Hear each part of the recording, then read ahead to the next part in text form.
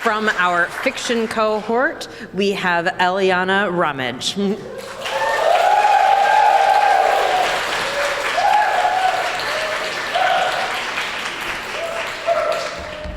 Hi. I'll be reading from, this is far away, from my novel. It's about a queer Cherokee woman who wants to be an astronaut.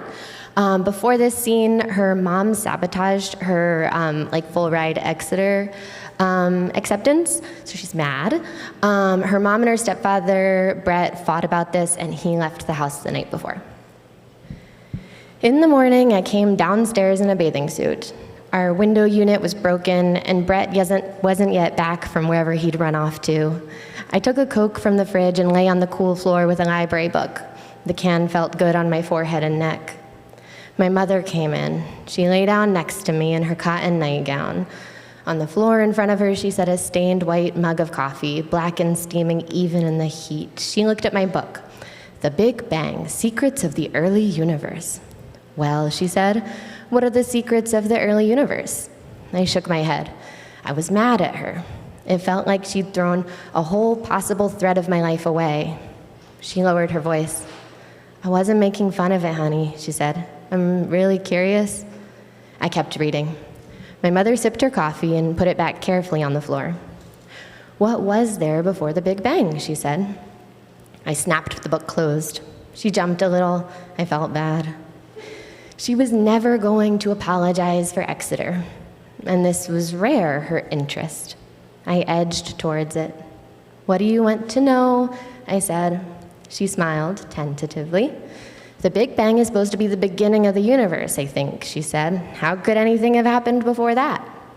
I thought my mother was a creationist, but she liked the Cherokee story of creation too, the one with the bug and the turtle and the ropes and the bird.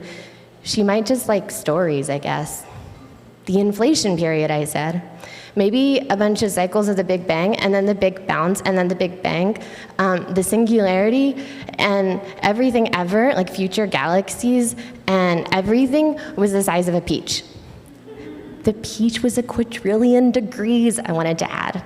What a fun, weird fact. But I was embarrassed. She didn't like it when I showed off. In truth, this was my third time reading The Big Bang, Secrets of the Early Universe. It had been my goal to understand the origin of the universe and everything in it by my 15th birthday, and I was behind schedule. She moved closer to me and leaned her head on my shoulder, and I let her. When was the Big Bang, she asked. An easy question, a gift.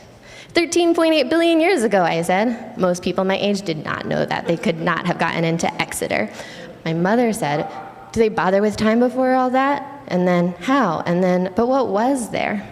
I thought she was humoring me, saying sorry in her own way, but her voice was different, hollow and sad, and the questions kept coming, all morning, one after another, each one step closer to fear. How did it happen?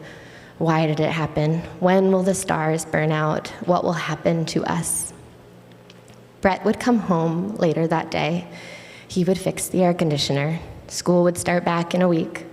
My sister and I would graduate, and I would leave home. My little sister's baby would arrive in just a few more years now and tear open all of our hearts. I would come so, so close to traveling in space.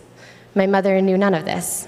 I think that morning she most wanted to feel settled on a level incomprehensible to anyone alive. I've known people like that over the years, people who ask impossible questions, not just in moments of crisis like my mother did, but rather as a permanent state of being.